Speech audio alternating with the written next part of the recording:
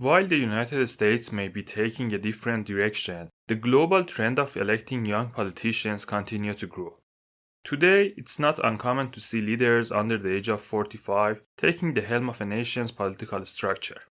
In this video, we will explore the lives of the 10 youngest leaders currently in power. Stay tuned.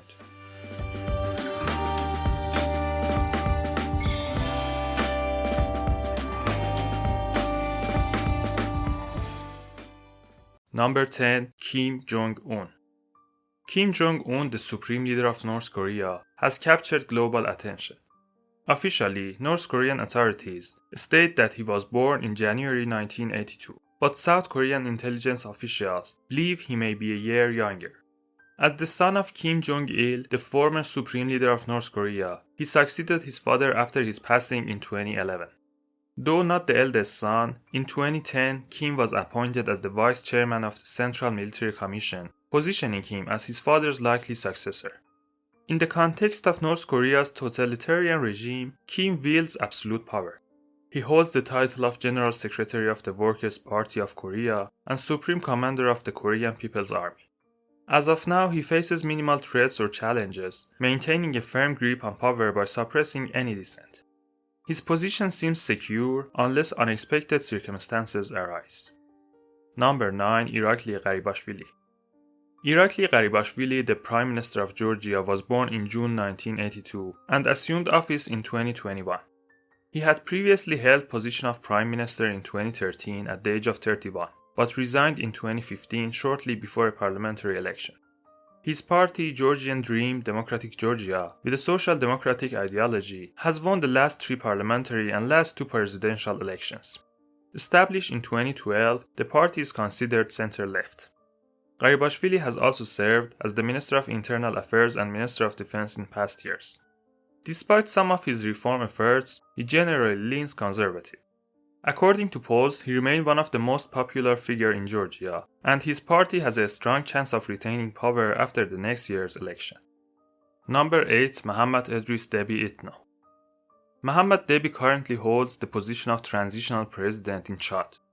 Born in April 1984, he, as a 4-star general, ascended to power after his father, the late Chadian President Idris Deby, tragically passed away while leading troops in the northern Chad offensive in April 2021.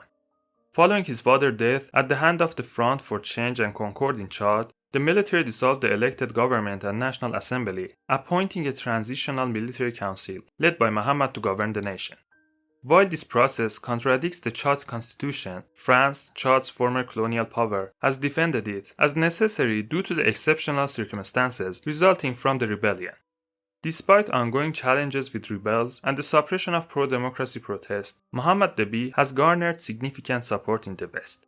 He holds a strong likelihood of remaining as the president of Chad. Number 7. Mohammed bin Salman Al Saud. Mohammed bin Salman, often referred to as MBS in Western media, serves as the Crown Prince and the Prime Minister of Saudi Arabia. Born in August 1985, he effectively ruled Saudi Arabia even before his official appointment as Prime Minister in 2022. Saudi Arabia operates as an absolute monarchy, and in 2015, Mohammed's father, Salman bin Abdulaziz Al Saud, ascended to the throne as the King of Saudi Arabia. Initially, King Salman appointed Mohammed as the Minister of Defense and later as the Deputy Crown Prince. In 2017, King Salman deposed the former Crown Prince Mohammed bin Nayef and named MBS as the heir to the throne. In 2022, King Salman transferred the position of Prime Minister to Mohammed, a role traditionally held by the king. Mohammed bin Salman has ambitious plans for Saudi Arabia, particularly in the economic sector.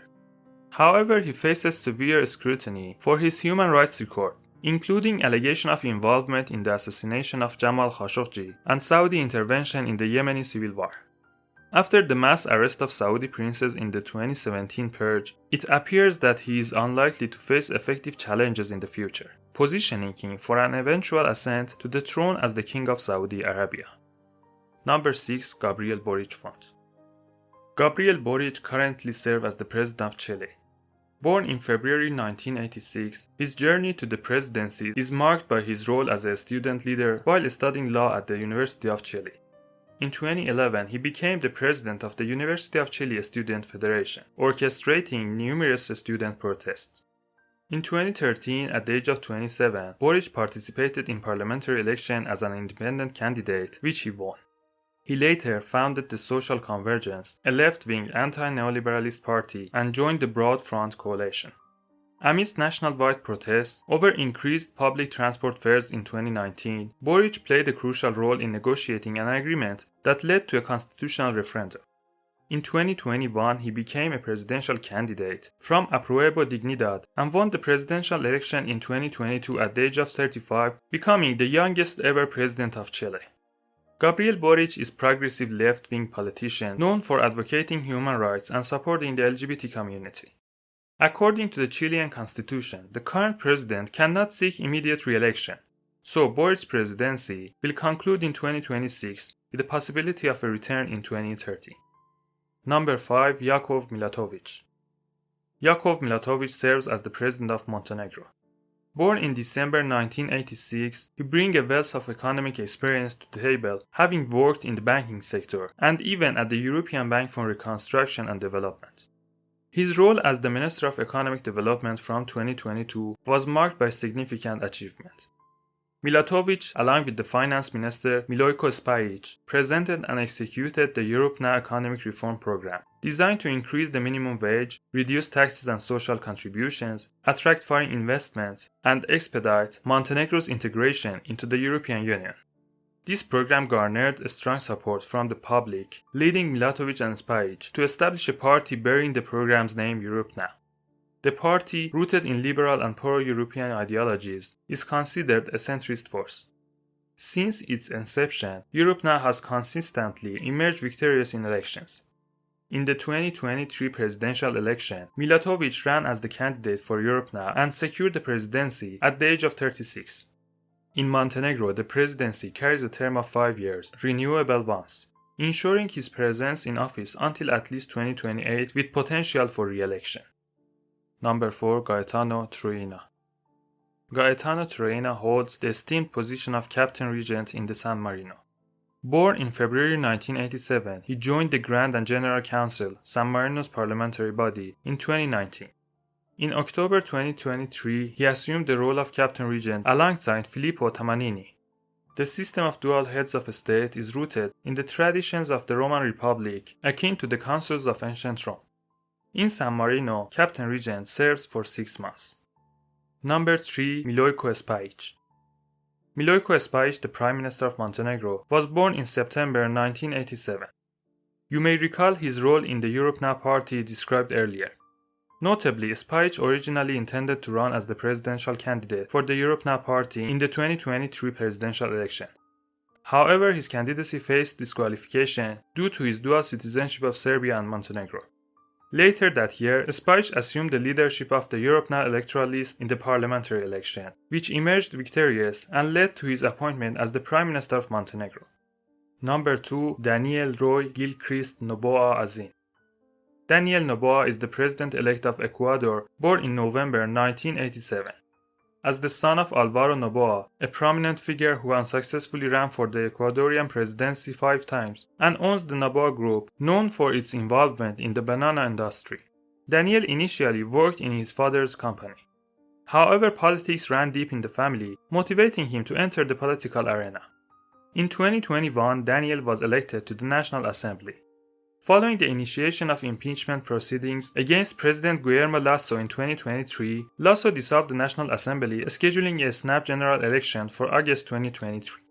Daniel Noboa emerged as a pre-candidate for the presidential election, gaining the support of the National Democratic Action political movement, a centrist liberal alliance. Despite initial pre-election polls showing him with less than 7% support, he defied expectations by securing 23% of the actual votes, advancing to the runoff election set for October 2023. He ultimately won the second round and is said to become the youngest ever elected president of Ecuador.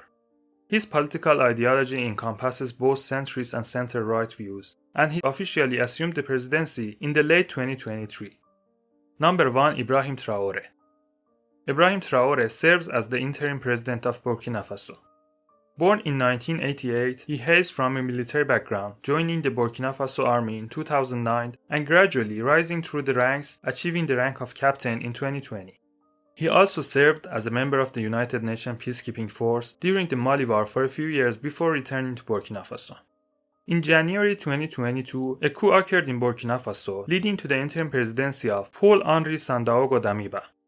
Initially supportive of Damiba regime, Traore's dissatisfaction with the handling of situation, particularly regarding rebels, led to another coup in late September, resulting in Damiba's ousting and Traore's assumption of the interim presidency at the age of 34.